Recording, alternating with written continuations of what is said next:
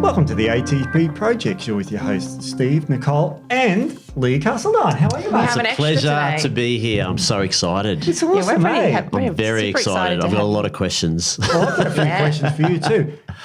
You're a left-hander bowler, batsman, all-rounder for the Bulls. Yeah. For years. You're on Survivor. Tell me about yourself. Yeah, it's been an interesting journey. I played professional sport, cricket, for 20 odd years, from 15 through to about 35. And I went through a few health challenges through that, which I'll take you through. And then after I retired, I decided to go in a different path than most athletes. Most athletes might want to stay in the industry, and I said, no, I've had enough of cricket. I wanted to do other things. And then a couple of opportunities came up with regards to TV work. Survivor came on board, did pretty well in that, and that's Second, yeah.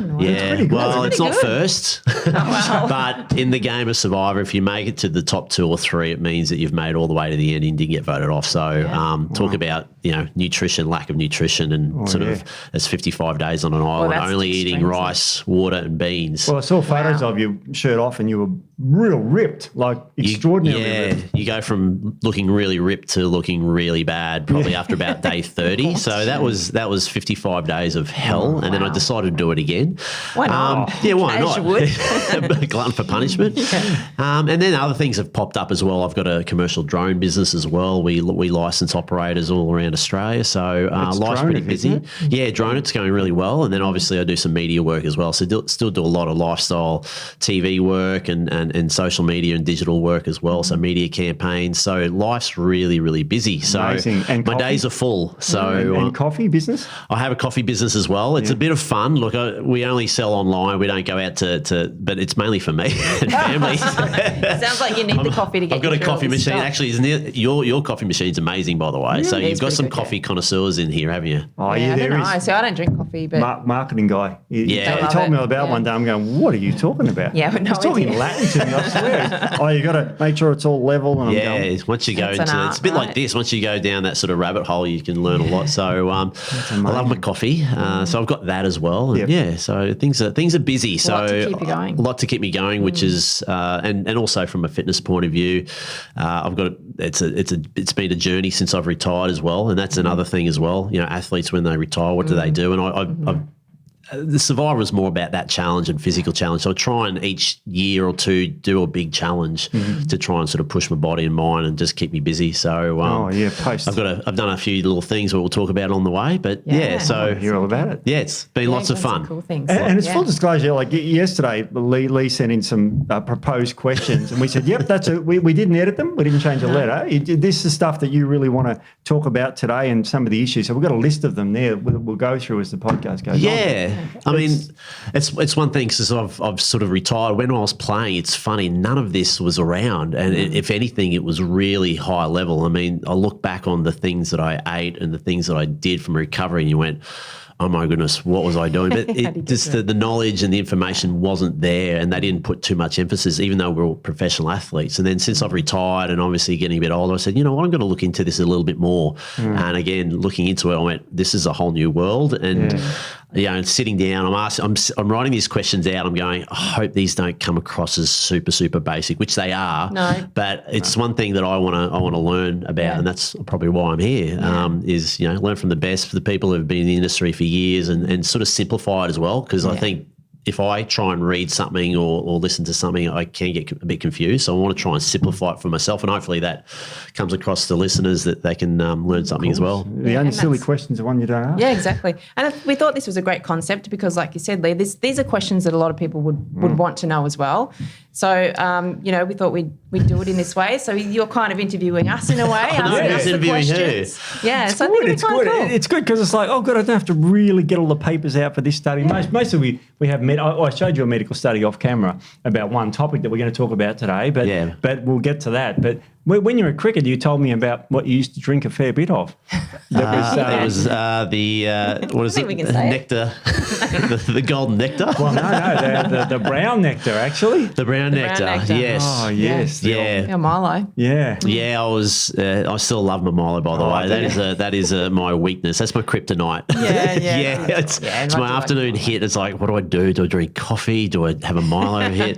But it's been around for 20, 30 years. years in the cricket circle. We just got given pallets of it. And it's like, well, literally I remember we used pallets. to get the 4 litre tin when I was a kid. And it was like, wow, this is awesome. It used to last us about 2 I weeks. used to tip it on my ice cream. Yeah, that was nice. And then make a slurry. How good was that? The ice cream, vanilla ice cream, sprinkled with Milo. Yeah. Maybe put a little bit of chocolate sauce in there as well. But so looking at that and then looking at post sort of career and then looking at what I do now, like my days are so full. Like I'm starting at sort of 5 and finishing at 9, and that's a myriad of different things, whether it's training, my drone business, my media work, and then also fulfill my commitments as a dad as well. I mean, you know what? I need help. I need to know whether what I'm putting into my body is getting the most out of it. So, and then on top of that, you know, doing other challenges, which is a little bit separate from your day-to-day activity. Yeah. But obviously, as I get older, the days feel like they're getting longer. But I want to just it is a performance-based sort of what I'm trying to get my knowledge, increase my knowledge, but it's performance on a day-to-day basis. And then obviously, hopefully, that translates to success on wherever I take it. So well, we're all getting older, except for Nic. She's only 28 now. 26. I was like 28 last week. Now 26. I keep forgetting. The number one question is how do I get younger? Give me the secret pill. That's it, exactly. Absolutely. It's a phenomenal question because we all are aging, and whether you are on the spectrum, it's all about trying to prevent that because aging is associated with a whole myriad of diseases that we don't want. And people age different rates. We were talking to Tony before, who works here, and she was talking about it. You can be old in your 40s or you can be young in your 40s. You know, and in your 40s, you may be able to say, I don't know, go all the way from the top of Fraser to the bottom of Fraser in 26 hours. You could be able to do that in your 40s. Yes. You know anyone who's done that? Off the top of my head, yes. Not too many people, and that's the thing. Like I look at the fitness, the type of athlete I was, and I reckon, but when I finished, even in my mid-20s, I reckon I'm fitter now than I was when I was playing. Different type of fitness as well. Asked me to play a game of cricket, I couldn't walk for a week. But asked me to do different things like, run from the top of Fraser to the bottom of Fraser with a 20-kilogram backpack, and I'll have a crack at it. So that's 45 pounds for the Americans. Yes. So tell me about that. I mean, you now I've driven from the top to the bottom. We were fishing off the top there at Sandy Cape, and we had to make the ferry, and it took me 3.5 hours to drive, and I was exhausted at the end of the drive because you're soft sanding like this and you're bouncing like this, and you're exhausted after 3 hours. So how did you do that in 26 hours? What happened? First of all, fell in love with the island because I do a lot of TV work up there, and it's very close to Brisbane. Very well. It's Harvey Bay girl, and so to getting up there, and we do a lot of work up there, and I just fell in love with the island. And then I do a lot of work with the Stroke Foundation. I obviously lost my mum to a stroke, and then Dad had a stroke 18 years ago, so we have to look after him. So I'm ambassador for the Stroke Foundation. So they have a yearly sort of challenge they call Stride for Stroke, which people can do whatever they want. They can walk a couple of Ks, they can do a marathon, and they raise money for within their own community. So they wanted me to be an ambassador. I went, if I'm going to promote a challenge, I want to do something pretty cool, something that's like, yes, a marathon's cool, but what hasn't been done before. And I started looking at this during COVID times. Actually, I went, this would be a really cool challenge, just by myself. And then the Stroke Foundation came on and went, I've got an idea, guys, hear me out. And I thought, well, let's go from the top of Fraser Island all the way down to the bottom. I had to map it out. I think it's 144 kilometres. That's right. And let's give myself a challenge to try and do it in a time frame as well, instead of just strolling around. And not only that, put some weight on as well. And why not? Just to make it a bit harder. And then the symbolic nature of the 19 kilograms was that one person every 19 minutes suffers a stroke in Australia. So I thought that has a bit of legs to it. So I went training, and I trained, and it's interesting because I could only train for about 3 to 4 hours at a time, just through time commitment. So I'd be this crazy old man walking / running up and down the coast of the Gold Coast, up and back, just to get sort of my beach legs, if that makes sense. I know what you mean.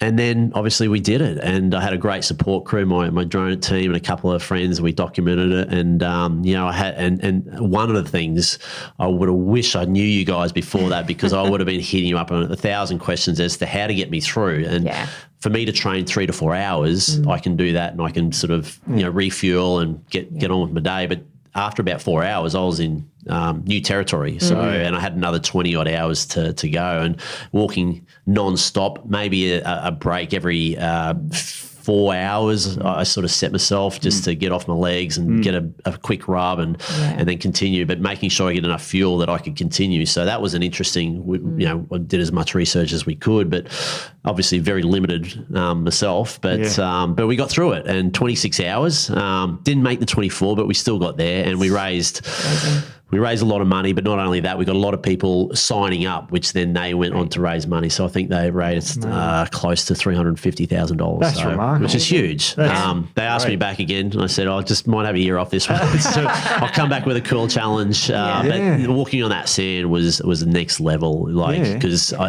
you get to know the ocean and you get to know the tides, and but it just doesn't make any sense. Some of those sands, it looks soft and it's hard, and it looks hard and it's soft, and that can really take its toll. And I had a blowout at about 4 hours. I had to cut inland.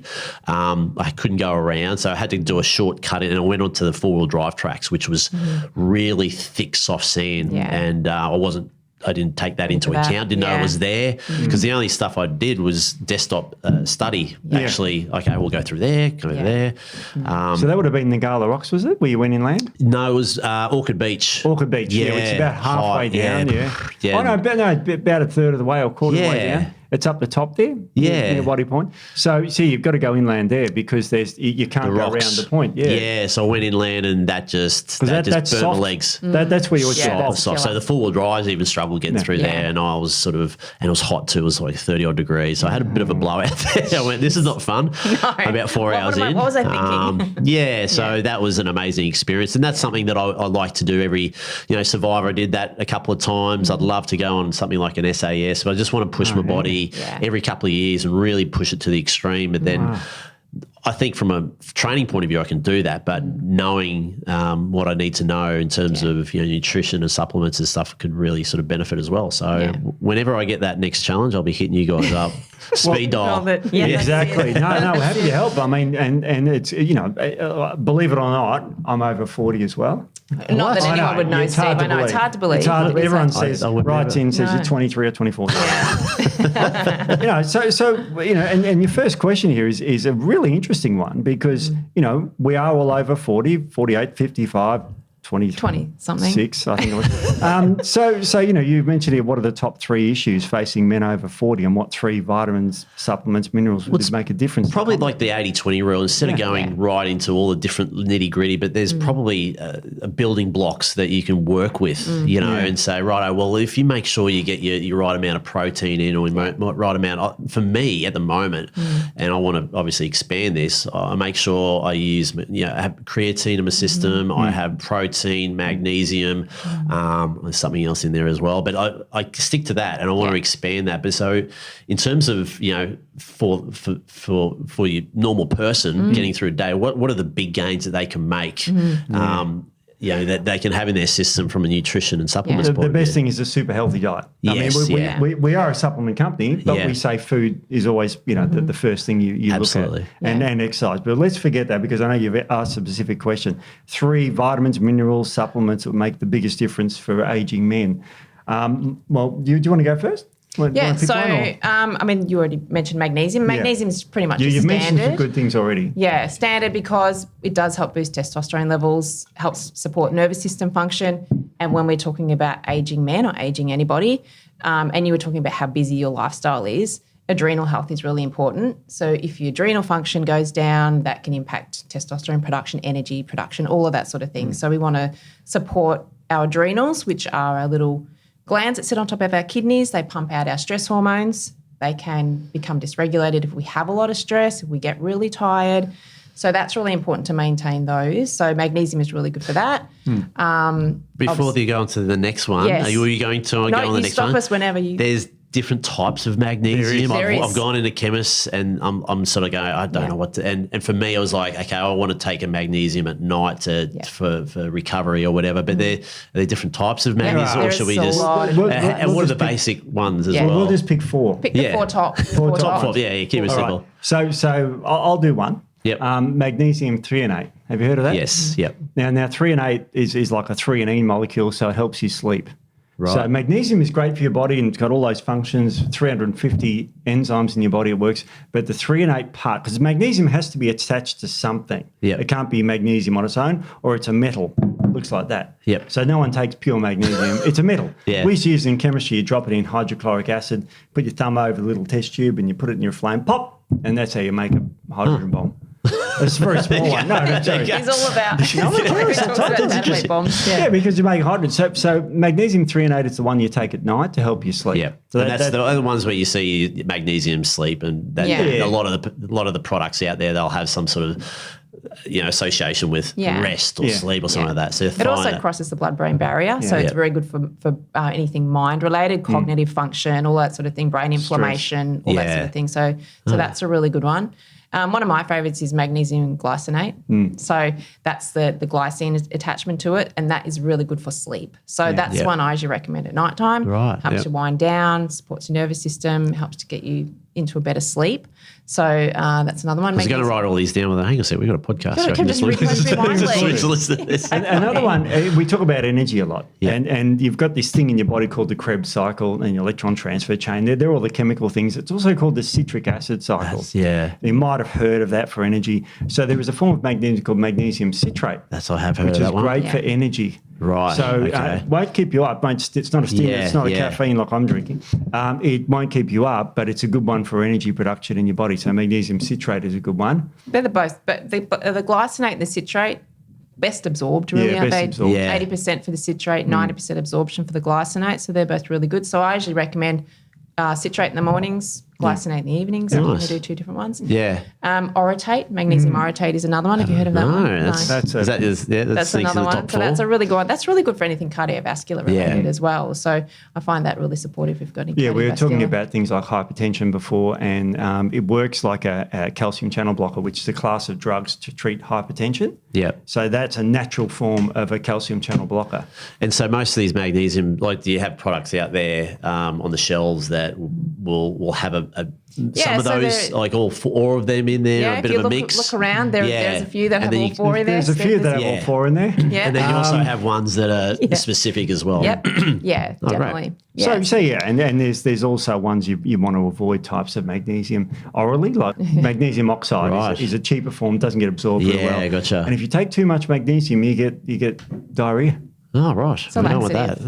So don't take an oxalate. It's literally just a laxative. Oh, right. Yeah. So if you're clogged up, you could use that. That's what we That's what it's used for. I find a lot of times, it's not always, but just from what I see in clinic, men seem to need less magnesium than women. They seem to get the runs easier than women do. Right. So you just watch your levels. But look, anything from 300 milligrams up to 600-700 a day, but split dose, so about 300 milligrams at a dose. Morning, evening. And if you just need some, you take it in the evening. I mean, you've got to remember the RDA, or recommended daily allowance, about 350 milligrams of elemental magnesium. So, that's easily achievable. Eat your nuts. They're very high in magnesium. Eat your greens, all that sort of thing. All the healthy foods first, and then you supplement on top of it. And that was one thing I didn't put in the questions. It was like, I like to think that I'm eating a healthy, I've got a healthy diet, or I eat well, but I just wanted to double check, because there are times also when I'm traveling where I go, when I'm out of routine and eating, in the middle of the country when you can only eat snags and beans and that's all that's on offer. That's sometimes the only thing. So I need to also make sure that when I'm traveling that I've got things in place for myself as well. Because that's one, magnesium is like, and then we branch out into that. So that's good, those four. Protein is another. I mean, protein, we talk about the amount of protein. So as you get older, you actually need more protein, not less protein. So making sure you're getting enough protein, and you train as well. So, I usually say to people, at least particularly someone who's very active, 2 grams per kilo body weight as a minimum. So you can go up from there up to 4 grams per kilo body weight. So that's something as we get older that we need to really make sure we're getting enough protein in. All right. So now that's another one. Sticking on the protein side, how do you split that up? Because I've seen different. The most that I use is like just whey, but then I went, hang on a sec. There's collagen out there. There's pea. There's all these weird ones. And I go, okay, I need to know what's, for my sort of training, what would I benefit most out of? Because, the traditional side is just whey. I go, okay, whey. I don't even know why. Maybe because of subliminal messaging from everyone else saying use whey. But there's so many out there. There is. So, Do you want to I mean, look, whey's great and it's great for muscle building. Nothing wrong with whey whatsoever. Some people can't tolerate dairy. Some people react to whey. It can be a little inflammatory for some people as well. So we make collagen here. We love collagen, but there's a lot of science behind how good collagen is. As we've said in so many podcasts, our body's 30% collagen. We assimilate collagen much easier than we're going to assimilate dairy. So a lot of people just don't tolerate dairy, even if they're not aware of it. Probably how many percent would you say have lactose intolerant? A lot. 74% in Australia have lactose intolerance. Yeah. So really? Whey would say, they try and take all the lactose out, which is a sugar that's naturally found in milk. And milk has got two types of protein, casein and whey, and they take the whey out and isolate it, which we get whey protein isolate. But whey itself and dairy itself is not really a food that humans should be consuming. Sounds controversial. Yeah. But we are hunters and gatherers, and we've evolved to hunt and gather. We never hunted down and sucked on a cow's udder. Don't laugh. Not that we know of. We've got to eat foods. Look, some people are into certain, whatever floats your boat. Exactly. And we now know that drinking high amounts of milk increases the rate of prostatic cancer in men. So, we've got to be very careful because it's full of hormones. Yeah. Milk's full of hormones. It's from a lactating cow. And that's something that I'm trying to cut back on as well, but it's hard when I have my Milo. And having said that, when I have my protein shake, it's like I want to get away from having milk, and I don't have any milk in my coffee, so I'm trying to cut back on that. Yeah. And then my boys just, they demolish milk though, because they have their breakfast in the morning. They're just like, oh my goodness, I'm going through 3 litres a day. Let's just buy a cow at the back and just get them to milk it every day. But for myself, I know that I want to cut back on that sort of just drinking milk, which I don't. But we're not against dairy. Well, I guess we're a little bit against dairy, Steve. But if you can back off it a bit, and as we get older, we start to age, we have less resilience for things, we have more gut issues and things like that. So we can start to react to things that perhaps we didn't when we were younger. And dairy is quite inflammatory. So as we get older, it can cause inflammation. So they're things you just want to be careful of. So water-based sort of protein as well, which is because I can have something, I want to have something maybe before I work out without having a load of milk in my stomach working out, which doesn't really feel You can get collagen proteins now that look milky. Or you can get ones that look like cordial. Yeah. So I'm going to describe it. And then they're a really easy one to drink. Because you remember, your stomach has also got collagen in it. So you've got collagen throughout your body. It's literally what's holding you together. When people say, what's holding me together? It's collagen. That's the answer. So it's already throughout your body everywhere. There's no whey in your body somewhere. Yeah. You know what I mean? Body's not made of that. So having something the body's made for is vastly more natural, and it's very high. It's slightly higher protein than whey. It's got a different amino acid profile, which we've done podcasts on dramatically. We've talked, all about the ins and outs of it, but really your body's made of it. It's what your body's designed for. And all these other ones as well is... Yeah, so some people may be plant-based. They won't have collagen either. So you can get pea, you can get pea rice. So a pea and a rice mix, if you're plant-based, is ideal because it has a complete amino acid profile, which is what you want to have, the full 9 of essential amino acids. So plant-based foods don't have a full amino acid profile, so you need to combine. So a pea and a rice is really good. So for people who are plant-based, fermented pea is really good because pea itself can be a little bit hard to digest as well. Fermented pea doesn't really... It doesn't sound good, does it? Imagine having that as a title. Fermented pea protein. It's not going to get too many sales there. But it tastes okay. Hemp is another one. I mean, that's a complete protein, hemp is. So there's a lot of different ones. But, collagen, whey, whey's obviously the most well-known, but collagen is quite well-known. Yeah. It does have a lower leucine profile, but we've talked about that. And if you can find one that has added leucine, then you've basically got the, gold standard. And leucine's one of those branched chain amino acids. It's one of those. Sorry, and I'll ask this. It's one of those branched chain amino acids that we talk about, the BCAAs. You've probably heard that before. Yes. They're made of 3 different amino acids: leucine, isoleucine, and valine. Don't worry about the names. But they're 3 amino acids the human body needs. It's part of the 9 essential amino acids. But those ones stimulate muscle growth. Ah, right. Leucine stimulates a chemical in the body called mammalian targeted rapamycin complex 1. Just say that once again. mTOR, it's easier. mTOR, mammalian targeted rapamycin complex 1. Yeah. I thought you went into Spanish then for a second. Yeah, well, it's part of it's the Latin. Yeah, Latin, yeah. And so that stimulates muscle growth, and so that's one of the amino acids. But along with 3 other amino acids, that actually stimulate muscle growth. So they're very important to have in your diet. And so some collagens have added leucine and added branched chain amino acids, or you can have them on their own. Yeah. But they're quite useful for putting on muscle. Yeah. You know, not that we're buff guys, but some people need muscle. We don't. That's how I put myself in that category. You totally put yourself not an athlete at all. Yourself there, Steve. Everyone at home's laughing. Yeah. But you know that's what a branched chain amino acid is, and you probably heard of them before. Yeah. They're just 3 of the 9 essentials. Yeah, nice. So we've gone magnesium, we've got protein. Did I say another one? There's 3. Yeah, there was what are the 3. 3 of the? Oh, look. What's probably the other big gainers for men? Yeah. I would say zinc. Zinc. Okay. Yeah. That's something I do not take, and I do not know anything about, apart from putting zinc on my face for about 30 years. Oh, yeah, that's right. I'm sure I licked some of that and put it on my lips. You probably have, yeah. So I may have been inadvertently putting zinc in my system. Well, you're probably eating if you're having nuts and seeds and vegetables Yeah, it's in your diet. Yeah. But it's very easily depleted, and men over 40. How is it depleted in men, Nick? You don't need to know. I need to know. That's why I'm here. Okay. I think I get it. You lose it during... Men lose it more so than Gotcha. Yeah. Okay, I do get it. I Don't need to go into apologise for detail. Steve. This Well, I is need to Steve. know this stuff as well. The listeners are going, why do men lose zinc? Yeah. Where does it go? Does it evaporate? What am I going to do? You know, like if you said, why do women need twice as much iron? Women menstruate. You know, they lose blood. Yes. But why do men need more zinc? Yeah, so there's about 5 milligrams. 5 milligrams a each. Anyway. Yes. time you Right. do that.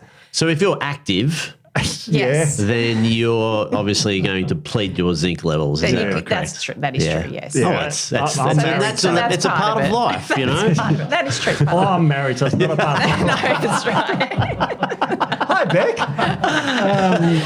Definitely yes. not getting any now. Eh? But yes, Yep. you can also deplete zinc in other ways, even through sweat. Yeah, Deplete a that's bit of okay. zinc. Malabsorption, you know, if the gut's not right. High stress will also deplete zinc as well. We need zinc for testosterone production. I was going to ask that. Yeah, Yeah. why do we need zinc? Yeah, for helps that. with testosterone production, helps with mental health, gut health, immunity, all of that sort of thing. So as we get older, as I said, we do deplete more of these nutrients. Someone particularly is very active as well. So I would say zinc's another really important one. You want to maintain those testosterone levels and your immune function, all that sort of thing. Oh, nice. Yeah. And the one supplement that I just added onto the end of it, and we just showed a little graph before about one herb called ashwagandha with Yes. Angus samara.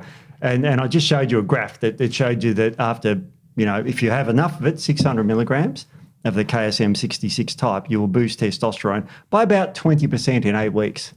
Now, that's huge for men. And testosterone, our ears prick up because we think becoming lean, good mental health, good muscle mass. Everyone thinks just muscle. It's not. It's great for your brain. It detoxifies plaques out of your brain. So you've heard of people getting a disease called Alzheimer's disease? Yes. Yeah, that's a build-up of these beta-amyloid plaques. Well, testosterone actually clears them. Right. That's why women get more Alzheimer's than men. Right. I was going to ask, like, obviously, the testosterone, that just that word, and what it actually means, Yeah. you know, for guys in general. Yeah. You're saying Overall health, yeah. overall health. So it was Yeah. more obviously testosterone, but like for mental health as well, Yeah, for cognitive definitely. function. So everyone for, thinks it's just for muscle building, but it's not. It's for bone health. It's for mental health. It's cardiovascular health. You know, immune function. And you were everything. saying off camera that you peak at 20 or 19, 19 you do. for males. Yep, and then it starts to See, I would decline. never have thought that. I would have thought, 30s is probably when you start to decline. But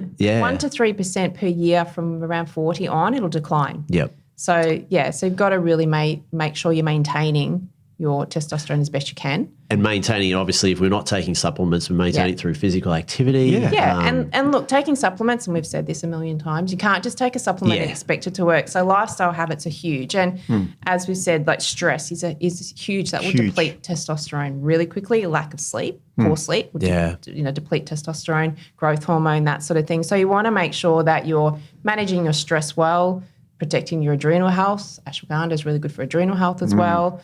Making sure you're getting the right sleep, making sure your gut health is really good as well, because, if you start to have issues with your gut, that can impact every system in your body.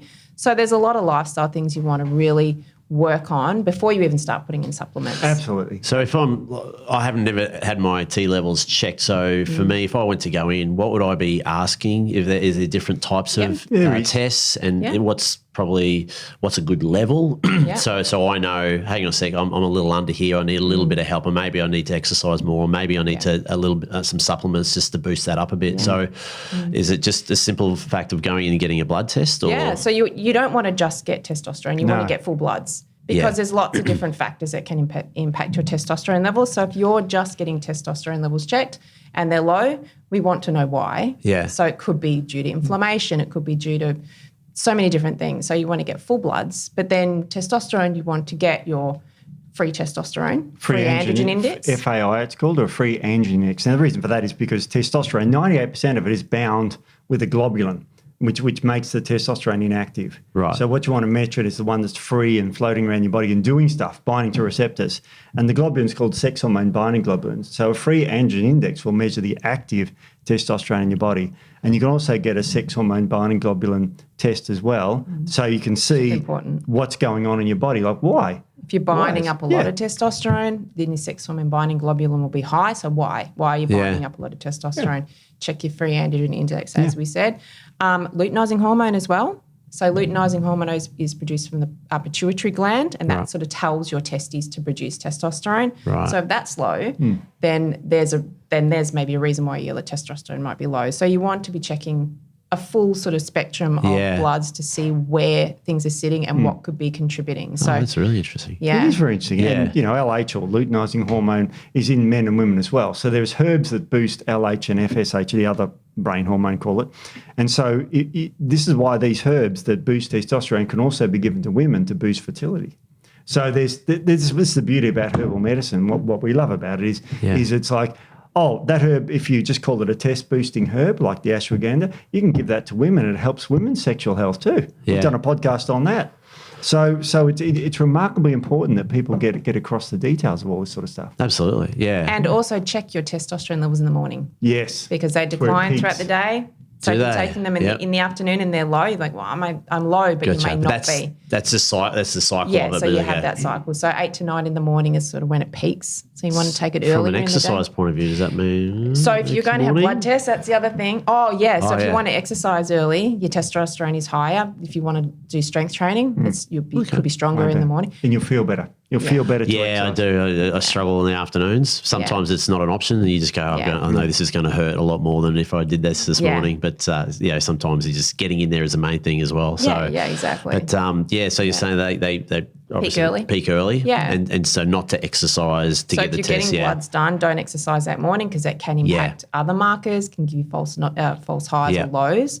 So don't exercise that day. Sometimes even the night before, don't exercise, particularly if you're someone who does a lot of strenuous exercise. It will really impact things. So, first thing in the morning, rested, hydrated, get your full bloods done, as we said, full testosterone profile, and that can give you a bit of a ballpark of where you need to be, or sort of set the line of where you are, and then you sort of move from there. And that'll give you some really important information. So if you are struggling to get through the day, then you've got a plan forward. So if you know what's actually happening, then you can. You need to measure.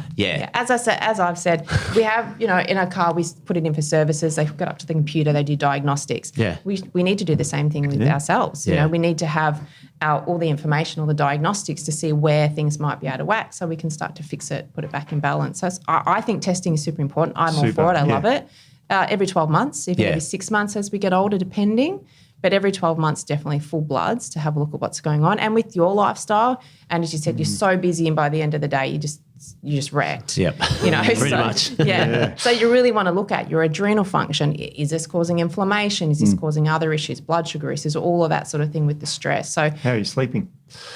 Could be better. Oh, no, I mean, that would be a question. That's a good question. That is a good next one. I actually didn't put it in here, but I wanted to talk about sleep as well. Yes, because sleep's super important as well, because that will impact testosterone levels, growth hormone levels. They can all go growth down. hormone's released when you sleep, and growth hormone obviously makes you grows muscle. So sleep is a really overlooked thing. Now, we talked about stress before. Now, did you know that testosterone is made from cholesterol? I don't know how much you know about this. None. Zero. Because you make the cholesterol, if you go have your cholesterol test, about 80% of it's made in your liver. Right. You know. Okay. Yeah. So the body's making it for a reason. Yeah. And there's two types of cholesterol you might have heard of called LDL and HDL. Yes, yeah. LDL is considered the bad one, but it's not bad because that's the one that transports it to your tissues to be made into hormones like testosterone or estrogen, progesterone or cortisol. So if you're stressed, your body will prioritize the production of cortisol over testosterone. So stress will drop. It will drop your testosterone. So that's where it could be one reason. Yeah. So it depending on what's causing it, you may not be sleeping, you may be walking the whole length of Fraser. Hours. That would suppress testosterone, not sleeping. I mean, that would be horrific. I would love to have got some bloods done after that Survivor. would have been interesting. 55 days of Survivor, which is interesting. That would have been cool, actually. I'm not. If you do it again, let us know. We were guinea pigs because that was the first season, so there was nothing post, and that was one of my recommendations. So, hey guys, you got a lot of people putting their body through a lot of stress. You should have someone on the other side to say, we want to put you on this type of food, making sure you get your tests done, iron levels, so they everything. Had get back onto, reverse dieting, anything like that. Wow. No, and so when you don't have a plan, guess what you do? Yeah. You just go crazy. Crazy for a month. And I was like, I'm quite disciplined. So I said, I'm going to go have some fun for a month because I looked at food very aggressively. It was like weird. I've never looked like that before. Yeah. So anyway, do you want to know what happens to your body when you starve? Is your microbiome changes. Do you know what microbiome is? All the bugs in your gut. Yeah. And there's different bugs there that do different things. I'm going to keep this very simple. Nick's going to hit me later because I'm going to really brush over this very important topic. But you grow these bacteria that grab more calories out of food. So if you're starving, which you were on Survivor, let's face it, but if you're starving in the bush like a hunter and gatherer, you want to gorge food because that would be a survival instinct. Yeah. So basically these bugs grow, and let's just call them Methanobrevibacter is one of them. Let's call that, Call that for something. and that will basically send chemicals to your brain to say, eat, and it's very hard to switch off. So if you've got the wrong microbiome and you're trying to lose weight, which most people, not you, but most people are, and they're eat, and they struggle, but they go, I just can't stick to a diet. And all this. It could be the bugs in your gut. Oh, right. Because you've got a big nerve that goes from your gut to your brain that sends information up there. Let's call it the vagus nerve. And it tells you what's going on inside your gut and tells your brain what to do in response. And so how do people then control that? It's interesting because I went through, because I used to compete, and at the end of comps, I was totally depleted. Yeah. So you would just want to eat, dieting for 16 weeks straight. So you just want to eat, and you get food obsessed pretty much. So I know exactly what you're saying. But as Steve said, your microbiome can change. It can also impact your thyroid, even men. So thyroid function can go down if you're starving. Your thyroid function will slows your metabolism because it doesn't want you to keep losing weight. So you have to actually avoid, ideally, in a perfect world, which no one can, avoid just that gorging part, because then that will start to throw your gut out even more, and that's when a lot of people start to have gut imbalances, and then that can lead on and on and on to other things. So you want to slowly introduce foods again. Protein is a big one because you lose the acids to a large degree if you haven't had solid proteins for quite a while as well. Start eating proteins, can't break them down effectively, then you can have issues as well. So you kind of have to essentially, like you do when we do comps, is reverse diet, out. So you're slowly sort of easing back into the diet so you're not overloading your body, shocking your body, causing inflammation, all of that sort of thing that goes I'll put your name forward because there's 24 contestants that come out of there that need help. They do. And I did recommend that as well. And there's and I did All Stars only a few years ago. But they obviously didn't still didn't have anything. Still didn't take that on board. Really? So I came 55 days off, and they put me in a bungalow for 2 or 3 days just to mentally get back into, assimilate back into normal life. And I ate. And I ate, and it just came out, and I ate, and it just came out, and it was, a bit messy. But it was just a different thought process. And then I had to put myself back into normal society when I had access to food 24/7, when I didn't. And that was a different mental process to go through as well. And I've never eaten during the night. I've never had to wake up in the middle of the night saying I'm hungry. I never ever. But this time it was different. It was and the taste of a plain cracker tasted amazing. So when you have those taste buds that are just firing, they're going crazy. So anyway, no, that's a big thing. And eating disorders in the fitness industry, within the comps, rife. Because of that reason, because you're so restricted for such a long time, and then you get, well, there you go, you're back out now, do whatever you want, and you literally cannot control And when I'm talking 55 days, you're talking 16 weeks, Yeah. or 20 weeks. Yeah. I know someone who's like 25 weeks out and they've started already. I went, what? It's like half a year. What's going on? It's brutal. Yeah. And you imagine the pro bodybuilders and those sort of guys. And Nick was a pro bodybuilder, but there's some that are just... Well, I wasn't a bodybuilder. Oh, sorry. Body Body sculptor. sculpter. Come on. That's all right. Get the Steve, right we've been through terminology. Bodybuilder. Body sculptor. There's a difference. But that would be harsher because you have to sculpt down. And so, I don't know how you did that. I'm impressed. I don't know either. I don't know about these days. But yeah, so that's a big thing. So, But you're absolutely right. And so another thing, like we talk about the men's testosterone and stuff, this is why I like the herb ashwagandha because, if you're not sleeping, ashwagandha is good for that. Right. It's very good for reducing cortisol and stress. It's very good for testosterone levels, as we saw before from the study. So you can match these supplements based on the individual needs. Yeah. So you can marry the supplement to the person. Yeah. So this is why one size doesn't fit all. Yep. And one man's food can be another man's poison. All these sayings are from a guy called Hippocrates from 600 years BC. Yeah. And he said all diseases start in the gut. So he was quite ahead of his time. Have you heard of the Hippocratic Oath that doctors say? I have heard of that, actually. Does that come from there? It comes from Hippocrates. Oh, right. Or it's Homer Simpson, everyone's popularised it. He'd bring up Homer. Said it again. But everyone says, isn't it the hippopotamus oath? So no, it's the Hippocratic Oath from Hippocrates. So very interesting. That is. So creatine as well. Yeah. So I've only recently, probably in the last 12 months, started taking it. And, I suppose one of the questions I had is, if I go off it, how long can I go off it and it not be effective? Yeah. And then if I come back on it, do you have to do I have to start again? Reload. Reload. Do I have to reload? Look, it's there's a lot of studies. Because you go away for a holiday and you go, you're traveling. I'm not going to take a little sachet of white powder to security. I'm just going to leave that, all right? You just pack the other white powder. That's right. Well, it takes 6 to 7 days for creatine to be depleted completely from your body anyway. Yep. So if you've gone 10 days, it's really not that big of a deal. Yep. There's a lot of conjecture about do you preload, do you not? There's a lot of research now showing that you really don't need to. Yeah.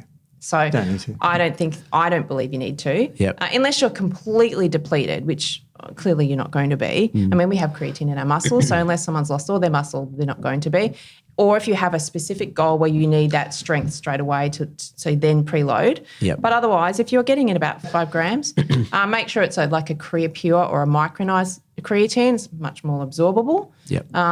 I don't believe you need to preload, no. No, you don't need to. There's a big recent study by Richard Kreider. I don't know if you're a doctor, you wouldn't have heard of him, but he's very famous in the creatine world. And he says you don't need to preload really anymore because of the quality of the micronized. Yeah. You got to remember, creatine is also in your diet. For example, if you're eating meat, just beef, they call it 3 C's in meat, which is creatine's in there.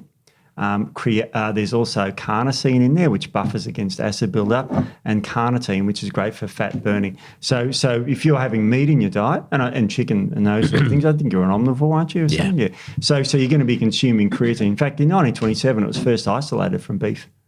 1927. Yeah, that's when it's first isolated. How are they doing tests out there? Yeah. How'd it go? They discovered because when people would eat meat, they'd feel different, better. And so this chemist, I can't remember the dude's name, but he isolated creatine back then and found that it was a factor in red meat. So it's been around for that long. Yeah. I would say probably one of the most important supplements I would generally recommend it to everyone, men, women, even for non-training. It has so many other benefits. Really? Bone health. Good. It's interesting, isn't it? Because people just associate creatine with muscle gain. I can put on muscle. We did a podcast for an hour on the use of creatine that don't include the muscles. Yeah, didn't include muscles. Yeah. So it's an amazing supplement. As I said, I recommend that to everybody. And is it different in terms of age? It doesn't really matter. And so if you've got a 16-year-old compared to a 45-year-old, that those levels should be maintained as well. Yeah, 3 to 5 grams.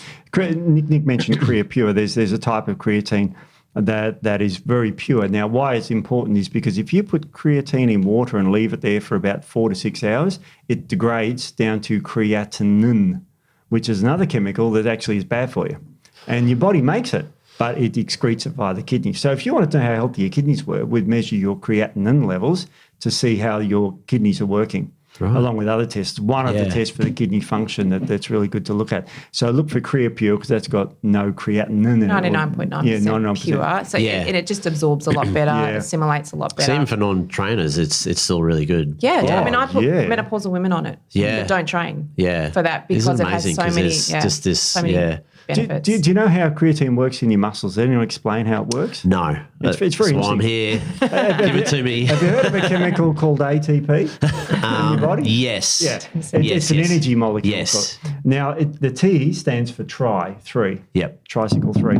So when you break a phosphate off, adenosine triphosphate, it turns to adenosine diphosphate, and that releases a whole lot of energy so you can do your workout. Now, what creatine does is it comes along and gets the phosphate and puts it back on. Right. So if you're halfway through a gym session and you can do 10 reps, you probably bench, 200 pounds, 250 pounds? Just say yes, Lisa. Yes. Yeah, just so when you've at the puff of, say, 8 and you've done enough, if you've got creatine in body, you could probably do 9 or 10. Yep. So you can do more work because you can make more energy quicker. You can replace that ATP that you're breaking down. Yeah. That's why you can't do 100 reps because your ATP depletes and you go, oh, that's it. And that's failure. Yeah. But with this, you can go further. And in terms of time of the day, is there science on when you take it? Trying to get, for me, it's just trying to get into a routine where I take something at a certain time of the day and I go, I'm just going to stick to that. It's not as vitally important as we once thought. People used to say after not even exercise. around training. It doesn't even matter. It's in your body. Yeah. Just as long as you get it in daily. Yeah, get in daily. Yeah. I usually recommend to clients that I see, just have your morning and your evening sups and you just do everything in the morning. If someone with your lifestyle that's really busy, you're like, I can't remember to take this sup here and then this sup 3 hours later and this before lunch and this after eating. It's just too hard. I'm like that. Yeah, so getting it in is better than getting it in at the optimal time. So Yeah. you're still getting it there. So there's not really any science to say now that it has to be at a certain time. But just don't do what my wife did once, which was put She's going well with this. I know. Hopefully she doesn't listen to this podcast. She does. She said, I'll make up my smoothie the night before I go to the gym. Oh, and she puts 4 to 6 hours, and it turns into Creatinine, And as a nurse, she knows how bad that is. So she has to make it up fresh in the morning. Yeah. So she still makes a smoothie and adds it in there. Yeah. So very interesting. It's a bit of a trick to it. And creatine is often found with other performance boosting things. You can get them together, like beta alanine. Have you heard of that? I have heard of that. I've seen it in, and I'm not. Gives you is that a pre-workout? Yeah, it can be. Yeah, I've tried that a couple of times. It binds with histidine in your body to make carnosine. Which carnosine buffers against acid buildup. So let's say you were going on a really, really long walk for 26 hours. Just say. I should have been. Just hypothetically. Yeah, it's hypothetically. You know how you get a buildup of lactic acid and you get the pain? Well, that buffers against that. So it stops that acid buildup. So it's very good for endurance exercise and that intense exercise where you want to buffer against beta alanine. Alanine, Oh, right. So I just thought it was a pre-workout to give you a bit of a tingle and ready to go. It won't keep you awake. Yeah. And beta That's alanine. another thing, Yeah, it's found in food, beta alanine. So there's all these little other supplements that you find with creatine that are very, very good for that too. Yeah. And they're called performance aminos typically because beta alanine is an amino acid. Yeah. So there's a few of those around, a whole host of them. There's a whole host of chemicals that you can take. One in question was in the afternoon. So you can take beta alanine and put it in with creatine in the afternoon, drink it before you work out. It won't keep you awake. It'll just buffer it. You'll get more out of your workout. Yeah. But it won't, like if you have a bunch of caffeine, you'll be up all night. Caffeine has a half-life of 5 hours. So that means it takes 5 hours to get rid of half of the caffeine. And that was one of the questions I had because, obviously, like most parents, mums and dads, their days are longer, and especially if they're making the time to work out, which a lot of the times, I own a gym and the 5 o'clock sessions are packed because they've just got to get it in. Otherwise they lose that time and they won't get it back. And then they're off to work and then they come home and their day sometimes starts at 3 because you go, okay, that's a morning shift. I call it the morning shift and night shift because running, especially when the kids are a bit older, even when they're younger, there's a lot of work from 3 through to about 9, 10 o'clock that they've got to get through, whether it be managing, the kids or the house, you name it. So those days are longer. So I was like, what do I do in the afternoon? Now at the moment, my choice of poison is Milo in the afternoon. And that, I don't know, it's more of a mental thing for me. But I go, what? I don't really want a coffee. I don't drink coffee after lunch. Yeah. Can I take a pre-workout just to, and is it going to affect anything? Because normally I'm just thinking, okay, no pre-workouts for that pre-workout. Yeah. Is it something that I could take in the afternoon just to help me re-energize and sort of get over that little afternoon sort of hiccup? Plenty of things. Well, there's so many different chemicals you can do. You can. I guess you look at someone's adrenal health if you're looking at doing pre-workouts later in the afternoon. One, if you feel you really need a pre-workout to get through a workout, then you'd be looking at the reason why, and that would be adrenal function, not producing enough energy, mitochondrial function, that type of thing. But look at adrenal health. If you're not sleeping well anyway, then I wouldn't recommend pre-workouts in the afternoon. If you sleep okay, as in once you fall asleep, you're asleep all night, you wake up and you feel pretty refreshed, then pre-workout mid-afternoon, we looked at a study not long ago when we did a podcast that said it for someone who's healthy, that doesn't have any adrenal issues, sleep issues, stress issues, it doesn't really impact their sleep. But looking at your lifestyle and how you feel in the afternoon, perhaps you may not entirely fit that picture of, completely healthy adrenal function. Probably not. Well, let's I do love my afternoon nap. I do. I don't get it a lot. Yeah. You're not the only one. I don't get it a lot, but when I do get that window of about 20 minutes when I'm down and I go quick and then I just wake up and then I'm off again. So I try and limit that very short periods. But anyway. Well, let's assume you're an adrenal, you're not the healthy, you're adrenals. Ashwagandha taken before exercise is a great pre-workout. You can get more out of your exercise with ashwagandha because it's what we call an adaptogen. Which it adapts to your environment. And this is foreign to medical terms, but an adaptogen, if you want to sleep, it'll help you sleep. If you want to work out, it'll help you work out. Now, that's that special weird type, the KSM-66 stuff, and that will help you with your pre-workout. So weirdly, you can take that stuff in the morning and at night. Oh, nice. And it helps you with your workouts. In fact, my wife bugged me this morning to get more of it so she can do it. She loves to take a pre-workout. Yeah. I take it in the evening, so it helps me sleep. Oh, wow. And it's like, hang on, how does that? And that's called an adaptogen. And only herbal medicines have that. And it's usually the ginsengs, and that's a type of ginseng that helps. So pre-workouts, it depends. Like you can take something like alpha GPC. Have you heard of that? I have, yes. I've seen that those. increases choline in the brain. Yeah. Now, choline, acetylcholine, for example, is all throughout your brain anyway. Now, that will help you sleep. And it will help you do your workout as well. So it's like an adaptogen, but it has another special role for workouts. It actually augments the release of growth hormone. So it stimulates growth hormone release. Now that means you grow more muscles just by taking that. So it helps your brain, but as a side effect, it increases growth hormone by a huge factor if you take a large of it. What's that called again? The alpha GPC. GPT, yeah. GPT? GPC. GPC. Yeah, choline, C for choline. Yeah. Oh. Yeah. So that's another interesting little chemical that people can be aware of. Yeah. Then there's a couple of herbs like Schisandra berries are great to take, and there's all these other things you can take. There's great for vasodilation, like L-citrulline, which is an amino acid that helps you vasodilate, so you actually get more blood to your muscles to work out. And that won't keep you awake or anything. So there's all these pre-workout things in the afternoon. Now, in the morning, you can go like it's still morning here, and there's a bit of caffeine in there because I've got a pre-workout that we won't say the name, but obviously we make it, and it tastes great, and it's got no artificial sweetness, so it's nice, and it's better than drinking water. And I feel pretty good on it. But I wouldn't take that at 5 p.m. if I was going to the gym because I'll be up all night. In terms of recovery, so I'm trying to work and push my body more and more, obviously, and then my recovery takes a little bit longer these days. So I'm trying obviously from a mobility point of view and doing that sort of work. I'm doing my saunas and sort of ice bars as well, not all day every day. Well, I've got a gym down the coast and I use that. So that's only once a week, once a fortnight. So it's not but I am actually contemplating putting it into my house as well. So I'm trying to get the best out of recovery. And the only reason being is I hate recovery. I hate stretching. It's boring, but I know it's important. I hate ice bars, but I know it's important because what I want to do is I want to back up the next day and I don't want to have 2 or 3 days off because I'm just so sore and I can't walk. So is there anything, from a nutrition, vitamin, supplement that I can, that can help with that as well? I'm sure there would be. Doctor, what do you reckon? Yes. Well, I mean, I think that I'm just a sign of being old, and that's life. No, I mean, look, there are more challenges that come as you get older, and one of them is longer recovery. You can get a little bit more sore, aches and pains and things like that, and that's just wear and tear on the joints coming up. Get a little bit of inflammation when you train, when you get older. I think the important thing is not to take any anti-inflammatory type herbs or prescription medications or anything within that 24-hour period after training, because you don't want to dampen that inflammation right down, because inflammation actually helps repair. So a lot of people, they'll start taking their turmerics and all that sort of thing after they're trained because I'm so sore. But you want to have a little bit of inflammation. That's good inflammation. So that's really important. Stretching, definitely. Mobility is the biggest thing I find, that it's the first thing that goes as men and women get older. So that stretching is really important. It helps with lactic acid buildup and all that sort of thing as well.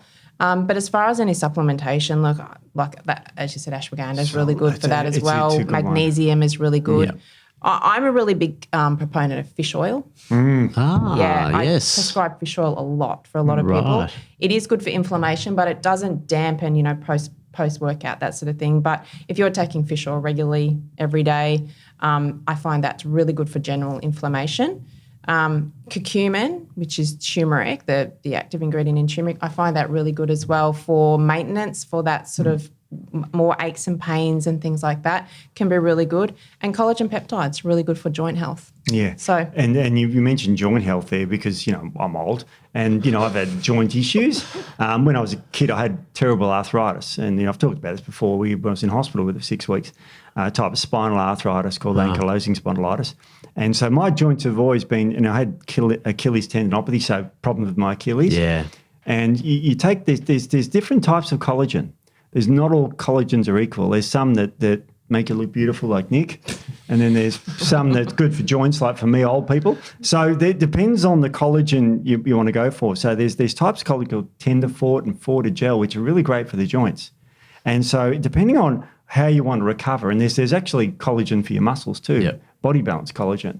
So there's different types of collagen for different things. So my wife takes the Verisol collagen for her skin health. I've taken, and I don't need to anymore because my joints are fine now, a type of collagen for my joints. So it depends on if you have joint issues or if you just want to recover your muscles, there's different types of collagen for each. And there's even, collagens that has added turmeric in there.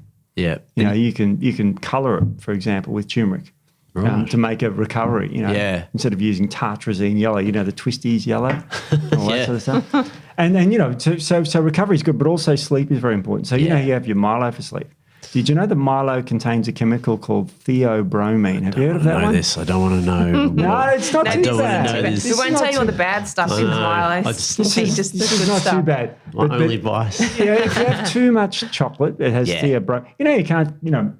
Nick owns a vicious killer guard dog. And if you give chocolate to the dog, it could possibly die. I've heard of that? That's because of theobromine. I always thought that. It's like they can drink a little bit of milk. That's not going to kill them. No. But like chocolate, apparently just their stomachs explode. Well, their brain explodes. They've got different blood-brain barriers to us. Right, okay. So theobromine goes into the brain and acts like caffeine.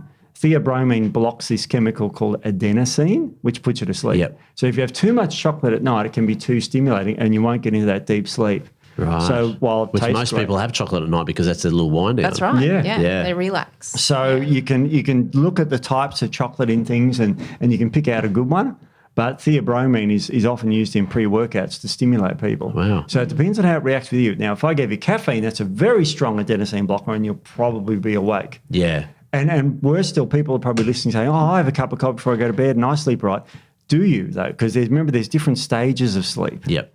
There's REM sleep, non-REM, and then there's 4 stages of the REM and all that sort of crap. And you've got to get into the deep stage to release growth hormone. Right. So, getting to sleep is a great recovery tool. Yeah. The other thing I wanted to go back, because I noticed it's another question of yours, is when you're training, recovery-wise, can be related to how you've been with your nutrition, your hydration when you're actually training. So if that's not on point, recovery can be harder.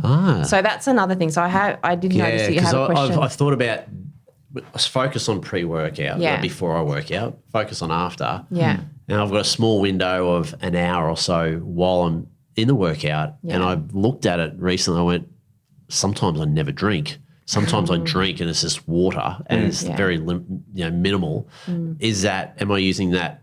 Can I be more efficient in that space? 100%. Yeah. Hydration's massive. Yeah. It was for performance and recovery. So if you're not well hydrated, you won't perform as well, power output's less, all that sort of thing, cognitive function is less. So you want to be well hydrated. And look, when you're doing an hour in the gym, maybe not as important as, say, when you're doing a 26-hour walk across Fraser. Hydration is vitally important for that performance. And people become really dehydrated, and a lot of people drink a lot of water and they're completely dehydrated. So that hydration is super important. So if you're not recovering really well, perhaps hydration could be part of that. One, maybe not drinking enough. And if you're drinking straight water, are you actually hydrating well? That is the other thing. So a little bit of salt, a little bit of glucose in the water in training can be really beneficial for performance. That's not hydrolytes, is it? We're not doing, is that hydrolytes? Well, not hydrolytes. Well, there's some pretty bad ones out there. Yeah, there's some that are super high in glucose, super high in sodium. You don't need a lot of either, but you need a really good balance. If you don't have a good balance of sodium and glucose, you won't actually absorb any water anyway, so you will become dehydrated. So that's a really important And if we look at people, especially in Australia in the hot weather during the day and they're out and about and they're getting around, they're probably dehydrated without knowing it as well because they're not necessarily working out, but they're getting through a day and hardly drinking any water as well. Or guzzling water all day, just water. And a lot of women will probably relate, and even some men, they feel kind of bloated and puffy at the end of the day and like, I'm drinking so much water, I'm puffy. They're not hydrating, not absorbing any of that water. Right. So that's a really big one. And people say, but I'm peeing clear and I'm peeing all the time and drinking so much water. That's a big red flag that you're actually not hydrating. Your body's just getting rid of it because it can't absorb it. It doesn't have the sodium, glucose in there to open up those gates that allow it to get into the serum to help hydrate you. So that's... If you want to be a boring chemist like I am, you can talk about a process called osmosis, which is where minerals draw water. Mate, back at school, I reckon. I heard osmosis and photosynthesis. There you go. I reckon that's the only thing I remembered from science. Anyway. Osmosis is important. Photosynthesis, you can forget about. That's the shit with plants. It's the shit with making shit from the sky. But photosynthesis is very interesting when it comes to health as well. But we'll talk about that later. But osmosis is when, as Nick said, the electrolytes or minerals, as we call them, that draws water from a high concentration to a low concentration. So if you're having sodium and potassium and calcium and magnesium, these are all electrolytes in your body at the right ratios. That means your body will hold on to the water inside the cells and outside the cells. Right. There's these intracellular minerals like magnesium, potassium, and extracellular minerals, calcium and sodium. And you need them both in the right ratios. Right. It's quite tricky. Yeah. But people typically eat like shit. And so they don't eat the right sort of foods to pull. Yeah. Because magnesium and potassium are in green plant foods. And how many Australians, they eat refined crap all day? Yeah, processed stuff. And it's loaded with just one mineral, say salt, sodium. Yeah. And, they don't look at the electrolyte balance. So it's real tricky for people. So you're saying that if you drink too much, not too much water, but if you just drink water alone, so you're saying you can put some salts in there. Yep. There's there are products out there that you can just get, like, is it sachets or tablets or things like that you can sip on? Be careful what you get because sometimes you can get the salt tablets too much. So it's too much salt, you still want to absorb it because your body then needs to draw in glucose to balance that out. And then same if you're having too much sugar, and a lot of them things like, I can say brand names, Gatorade, for instance, super high in sugar. Yeah. So then your body has to draw in salts to try and balance that out. So you have to have the right ratios. And it's not a lot that you need, but just a little bit. Yeah. And if you're having just straight water, then your body, we have like stretch receptors in our small intestine. And if we have too much water, it will stretch those receptors. And then your body will go, oh, what do we do with all this? We can't absorb it. So it'll just excrete it. And that's when people go, I'm drinking, and I'm peeing a lot, and I'm so thirsty all the time. So a little bit of salt, a little bit of glucose, even a little bit of maple syrup, a teaspoon of maple syrup in like half a litre of water and a little pinch of salt can go a long way. Oh, right. Yeah, well, if you have too much sodium in your diet, you will dehydrate yourself even though you're drinking. So let's say you're on a show like Survivor and you need water. You can't drink the seawater, can you? No, too high in sodium. A few times, but well, it wasn't by choice. It was just swallowing. It's got way too much sodium, and you'll dehydrate your body quicker than you literally can't drink, and that's why, because of the sodium levels too high. Yeah. And the Australian diet is typically out of balance with your electrolytes. We eat really badly, Australians. Yeah. It's just shocking. So got to eat more healthy. So if you're sweating a lot in a workout, then that's something to be mindful of, hydration. And then obviously pre-nutrition and post-nutrition, this all, comes along to help with your recovery as well. So if you're not getting good post-nutrition, good amount of, glucose back in the cells is really important, and that protein straight after training, that will all really impact how well you recover as well. So it's funny because I work out and separate sessions from a weightlifting session or to a fitness session. Yeah. And obviously fitness sessions are sweat a lot more. So I'll finish a workout, I'll go home, I'll get my food in me, but also make sure I have a big jug of water with a hydrolyte in there. Now, whether I'm using the right hydrolyte, I have no idea, by the way. So I'll keep an eye out for that one. So do your hydration during the session. I think that's where I'm not. Yeah. I'm sort of just going, I don't feel like it, but it's important to do it even when you don't feel like it as well. And you probably sure, notice the difference. Yeah, so I've got maybe a litre of water. I'm making sure that I try and chip away at that during the workout as well. So, very interesting stuff. Yeah, good. You can take little tricky amino acids during a workout too that actually blocks a chemical in your brain called serotonin. Serotonin's good for your brain because it relaxes you. But during a workout, you don't want to relax. So you can take amino acids to block that, and they're the branched chain amino acids we talked about. They also stimulate muscle growth, which is what we want too. Your BCAA, branched chain amino acids. So you can put that in there with your workout. Yeah. A good hydrolyte or a good electrolyte. Hydrolyte. What's the same? Hydrolyte's a brand. Hydration product. Hydrolyte might be. Yeah. Electrolytes are what you need. Yeah. Cool. That's interesting. Obviously, I'm going through this little bit of a hate using the word journey, but just trying to get as much information as I can so I can make good decisions for myself. But then what's happening now is I have sort of teenage boys who are coming through and they're playing a lot of sport, like they're training every day. And then obviously they've got school as well. And there's a lot of, I didn't realise how much pressure there is on teenage kids, females, males, doesn't really matter. But what I've noticed as well is they're starting to come into my world with regards to, the food that I eat, but also they're a lot more interested in obviously building their bodies up as well. So a question I have as well, I'm obviously on creatine. It sits there in the kitchen. It's in front of us every single day. So I don't get them to take any pre-workout stuff. Yeah. But in terms of creatine and protein, I do have them on that. They want to because they are working out. They're training we're talking probably 6, 7, 8 sessions a week as well as games. It's a lot. So I want to make sure that they're getting the right amount of nutrition and they're getting the right amount of sleep as well. So is that a safe thing? What is the age bracket, recommended age bracket for kids taking creatine? And I mentioned before that, creatine is good regardless of whether you're working out as well. So it's good for you anyway. Yeah. Well, do you want to talk about that? Yeah, definitely. So, they say from 16 on, but I really don't really go for that a lot of the time, particularly if your boys are training, 7, 8 times a week plus games, plus comps and things like that. Yep. That's huge. So they will be depleted. Obviously nutrition, and they're young, so they can replete quite quickly. But protein powder is 100%. It's literally just a food. Yeah. So there is nothing that I would say you cannot have it. If you're just giving it to a son that doesn't do anything but play video games on the couch, what's the point? But for your boys, definitely. And the same with creatine. Yeah. They're getting creatine in meat. So having a bit it's already in their body. Your body makes creatine too. Yeah. So it's like you can't say it's bad for kids because it's already in there. Yeah. It's already in them. Yeah. And look, they're going to have higher levels. They're not going to deplete as much as someone, say, 40 plus. But, if they are finding they are doing a lot, then I don't think there's any issues with that. Anything else that they may? Because I've got him off. He takes one of my boys. I won't out him, but takes my magnesium. I said, stay away from that because it's bloody expensive. Oh yeah, and you don't need it. And I go, I don't think that's the truth. But anyway, just don't want it to happen. Just don't want it to happen. Yeah, that's right. Just lie to him. Yeah. Look, even magnesium again. Very benign supplement. You've got a good pure one. Yeah. You need it. As we said before, you deplete it quite easily. If they're training the way they are, they could be depleting it as well. So, again, magnesium, not really an issue. No. But the human body any age needs magnesium. Even infants need it. Yeah. And infants that suckle on breast milk is full of proteins.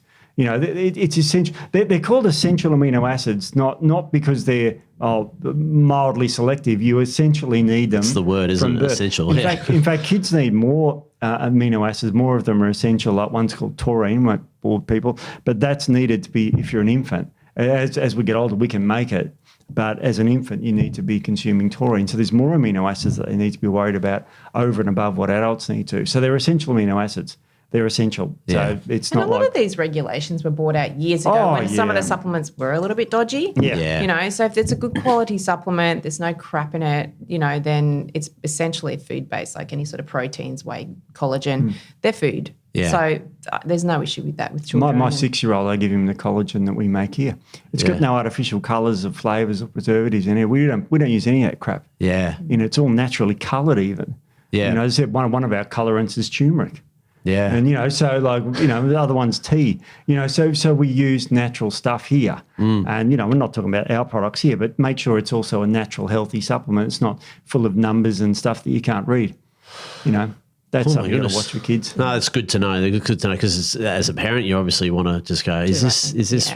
I'm sure it is, but I just wanted to double check as well. So, I mean, they can still stay away from the magnesium. Yeah, that's poison for kids. If you're 17-year-olds, it's poison. I don't want to get in the cheap stuff either. It's like, damn it. But even we're talking about blood testing, even kids, if they're doing a lot of sport, they're eating well, but it's good to get measures and see if there are any depletions there as well. So getting blood testing for them can be a good thing to just measure as well once a year if they're super active to make sure there's no depletions or nutrient deficiencies or anything like that as well. So that also comes into play with kids. There's probably not too many other. I think I've my mind has covered everything. I'm going to have to listen to this a few times, I reckon, because there's some things in there. There was some really good info there, but my brain's a bit of a sieve sometimes. There's a lot. That's why we're recording it. Yeah. But in terms of iron, iron? Yeah, just a little bit about iron before we wrap this up because I'm interested about it.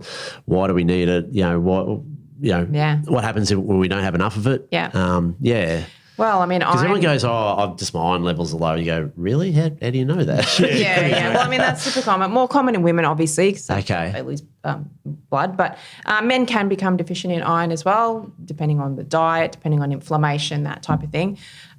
Vitally important. So it transports oxygen around the body. So if we're not oxygenated, obviously we can get really tired. We can have all sorts of issues for thyroid health, for brain health, for bone health, so many things that iron is super important for. So we need good levels. Getting iron checked is something I always recommend.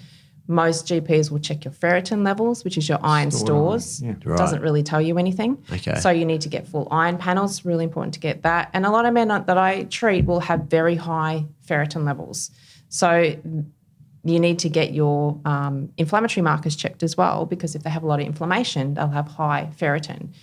If they have high ferritin, their body's sequestering their iron away from circulation, therefore they become iron deficient. Right. So, and that can be not because they're losing blood, it can be because of some bacterial infection, some other sort of inflammation in the body. So, iron's super important in good levels, really, really important for men and women. So everyone just thinks women and iron deficiency, but men, I've seen a lot of men that have iron deficiency as well. So even if they're having an iron-rich diet, if they are having an iron-rich diet and they're still deficient, then you'd have to look at why are they not absorbing? Do they have malabsorption? Do they have gut issues? That sort of thing. They're not absorbing the nutrients and the iron from the diet as well. So that can be part of it.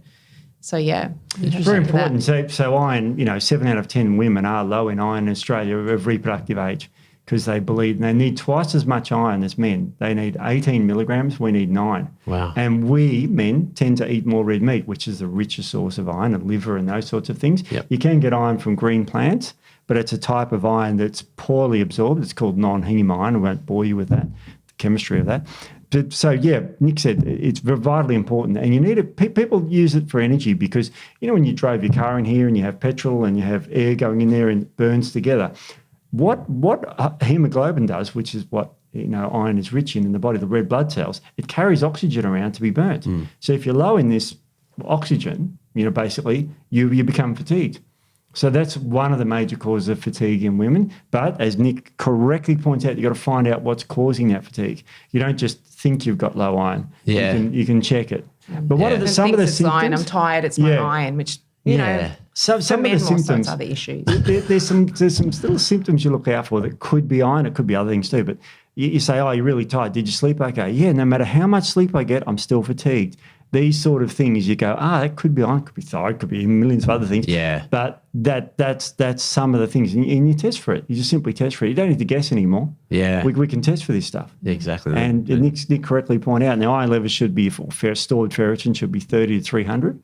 And most women around the 30 level, they're down the bottom end there because they're not eating a lot of red meat and they're menstruating, so they're losing blood every month. Yeah. Which is just why you need twice as much iron. Optimal ferritin for a female about 85 to 100. Men up to 200. Anything over, if it gets higher, 300 plus, then we're looking at inflammation. It's not iron I was going to stores. say, can you have too high? Yeah, iron levels? if you have too high iron, it can be vitally it can be very dangerous. Quite rare condition. There's a condition called hemochromatosis, which means you absorb too much iron at once. Right. And that can be dangerous for your liver. So that's something you've got to watch out for with iron. You can become fatigued and have a lot of symptoms and have too much iron. Right. It's a genetic condition. Yeah, So okay. you can get tested. You can have the same symptoms of low iron with high iron. Yeah, Same exactly. symptoms. Doesn't sort of tap out and you sort of like, it doesn't hit a ceiling, it doesn't go any higher, it can go It can high. keep going, yeah. Oh, yeah. It builds up in your liver and causes free radical damage. It's a heavy metal, so Yeah.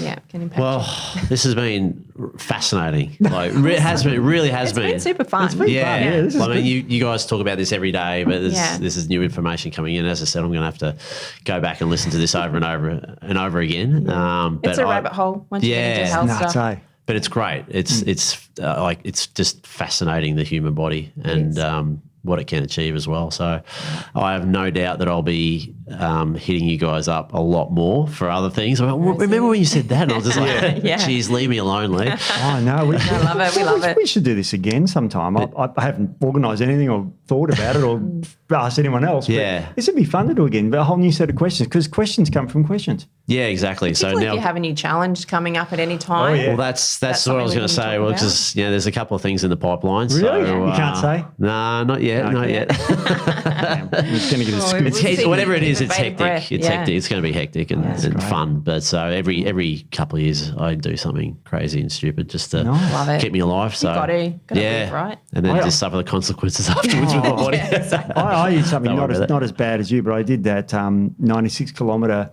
Kokoda, yeah. Oh, you knew? Oh, yeah. So I did that a few years ago, like over 10 years ago, twice. Well, I did it once until I'm never doing that again. That was stupid. Like Survivor, you come back again. It's crazy. And no, I just trained the next crew, and when we did the first night walk, two of them dropped out, and I just filled in until we found anyone. No one else wanted to do it because they found out how bad it was, so I stuck for the next year. Collapsing. Otherwise, they had to pull out of it.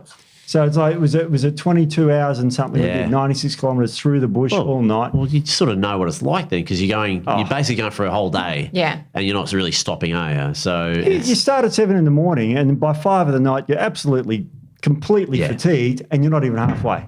Yeah. And then you start walking through the night, the middle of winter, in the back of the Gold Coast.